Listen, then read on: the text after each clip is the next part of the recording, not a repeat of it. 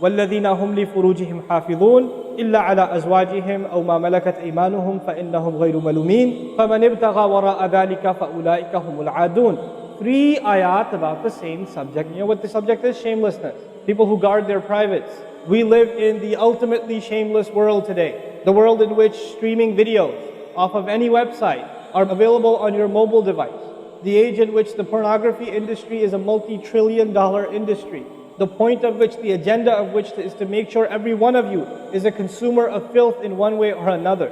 That every man, woman and child is exposed to this stuff, and they're hoping you are, so you become addicted to it, so you become yet another consumer. This is the gift of pornography to society. It's creating people, turning people into animals and perverts. And some of you unfortunately have that addiction. And you're watching this stuff online, and you're watching it and saving it on your apps and your mobile devices. And you don't feel bad about it anymore. You've justified it to yourself. And you feel bad about it once in a while, but you go back to it. And as a result, you think, oh, well, at least I'm not hurting anybody. At least I'm not doing it to anybody else. I'm just watching this stuff. It's okay. But you know what's happening to you? Inside, your soul is being just gutted. You have no soul left inside of you. So your prayers are empty, and you can't even shed a tear in your salat because your heart is so devoid of the fear of Allah because of the filth you've been watching all this time. It's turned you from a human being into an animal. So you can't even look. A woman passes by, and you see a piece of flesh walking by. You don't see a human being walking by that deserves respect. You check everybody out and everything out. You're constantly gawking and staring. You have a hard time putting your eyes down. When you're on the subway, when you're on campus, when you're at work, you're walking down the street, you just can't help it. You see a billboard, you take a second look, you see a third look. You don't miss any opportunity to just violate your soul with your eyes.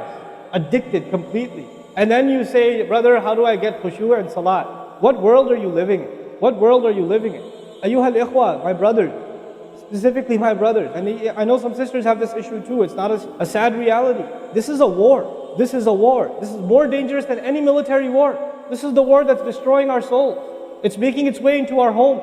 It's making its way, if I want to protect my children from this stuff as much as possible. But when my child goes to school, and it doesn't matter if it's Islamic school, there's a very high statistical likelihood that someone, a friend, with their iPod, with their mobile device, will say, hey, look at this. It's a very realistic, thing nowadays. It's not far-fetched. And so I have to prepare my children for the filthy world that they're going to be brought up in. And there's no escape from this stuff anymore. There isn't. It's everywhere. It is everywhere. You have Islamic lectures followed up by, those YouTube puts those follow-up clips, and something will be filthy. Something will have to be filthy. And I don't think that's by accident. I'm not much of a conspiracy theorist, but I don't think that stuff is an accident. And what happens to you guys is you watch a video, you see something filthy, you click it, you click something else, and you end up watching disgusting things. That's what happens to you. وَالَّذِينَ هُمْ لِفُرُوجِهِمْ حَافِظُونَ. Especially when it comes to their privates, they guard them. They guard their shame. Brother, what's the solution? Should I get married? Like the guy who asked the other day, how can I get married right now? No, guys, the solution is not marriage. Because if you're a pervert, then you're going to be a pervert after marriage too. If you have no shame now, you will have no shame after marriage. Honestly. You think marriage is going to end your problems? No. Your problem isn't marriage. Your problem is spiritual in nature. Your problem is psychological in nature. You need help. You need to stop this.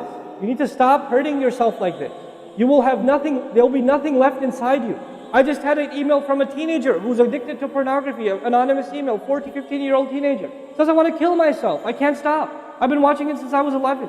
My parents don't know. I read this stuff and I cry because he's not one. There's millions of Muslim kids like this. Millions of them. We have to help these people. We have to do whatever we can. And we don't have the trillions of dollars of advertising to counter that. We don't. And it's not realistic for me to say Facebook, YouTube, Twitter, internet, it's all haram. It's not realistic because it's a reality. It's as common as oxygen now. The only thing we can do is have a mature conversation about this and teach our youth to deal with this and navigate this and not fall into it. The elders that are here, stop watching Indian movies, man. Why are you sitting in a lecture talking about salat and the importance of salat and you don't guard your shame? Mother and daughter and husband and wife and sister sitting together watching whatever? God, come on, stop. وَالَّذِينَ هُمْ لِفُرُوجِهِمْ حَافِظُونَ. They guard their privates. But guarding your privates doesn't mean you don't commit zina. It means everything that leads to the temptation. Everything that leads to it. They watch it, they guard it. They know it's under attack. They know that their shame is under attack. They realize that their weakness is their urges. Those urges that Allah put inside of us, that are so strong. Allah put them there for a reason. He did. And every one of you have them. You don't have to, I don't have to have a dalil for you to have them. I know the guys that are here. You all suffer that challenge every single day of your life. And you have to really go out of your way to guard yourself.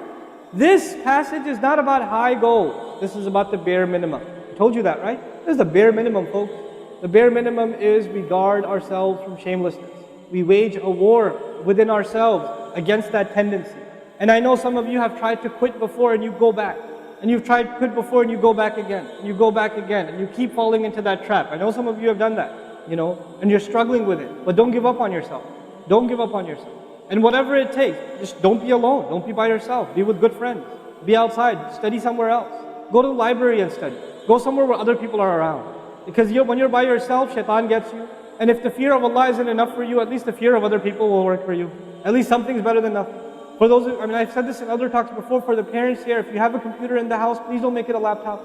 Have a desktop in the house with a really big monitor. Get the biggest monitor you can find. Honest to God. And make sure your computer is in the kitchen or in the dining room. Don't put it in the living room. Don't put it in the kids' room. Don't put it in your bedroom. Put it in the dining room, facing the public. You want to do homework, do it over there. Though you can't move the monitor this way or that way. It's facing everybody. That's how you should have it. We have to take these precautions. Don't give your 11-year-old a smartphone. What were you thinking? That's not very smart. Don't give them a smartphone. Why am I seeing kids in Islamic school, 5th graders, with iPhone? With 4G, you know how dangerous that stuff is? وَالَّذِينَ هُمْ لِفُرُوجِهِمْ حَافِظُونَ إِلَّا عَلَىٰ أَزْوَاجِهِمْ except upon their spouses, أَوْ مَا مَلَكَتْ أَيْمَانُهُمْ فَإِنَّهُمْ غَيْرُ مَلُومِينَ or what their right hands possess, then they're not to be blamed. Allah says we have these urges and we can execute those urges, we can release those urges, but to the halal spouse, to the spouse, our spouses. But outside of that, we can't. And by the way, when people get addicted to this sort of thing, and they get accustomed to it, or they get over and overly exposed to it, they have miserable marriages. And marriages start falling apart. They have this virtual idea of what pleasure means, and they don't find pleasure in their spouse anymore. And there's great fitna that comes into the family. It destroys homes, Muslim homes. That's what's happening in our world today. فَمَنِ ابْتَغَى وَرَاءَ ذَلِكَ فَأُولَٰئِكَ هُمُ الْعَادُونَ. The people who pursue anything beyond that, then they are the ones engaged in aggression. This is an act of aggression. Al-adawa in Arabic means animosity. Allah says whoever pursues their urges to be fulfilled outside of the halal, outside of the marriage, whoever pursues that, then they are engaged in an act of aggression. The question is, aggression against who? Because when you say enemy, then you have to say enemy of who? If they've become an enemy, who have you become an enemy to? Allah didn't mention a maf'ul bihi, no jar majroor, nothing related to it. You know what that means? They are an enemy to themselves, their family. They become an enemy even to Allah's teaching. These are the kinds of people. The most important asset you and I have is our hearts. And this shamelessness destroys the heart. It destroys it. The most precious thing you and I have to preserve is our iman. And these filthy images are destroying your iman. They're tearing your iman apart. Don't let it happen to you. Do not let it happen to you. And I can only talk about this. I can't stop you from doing anything. And nobody else can. You will have to police yourself. You will have to control yourself. You'll have to make the decision, is my iman important enough? Is my salat important enough?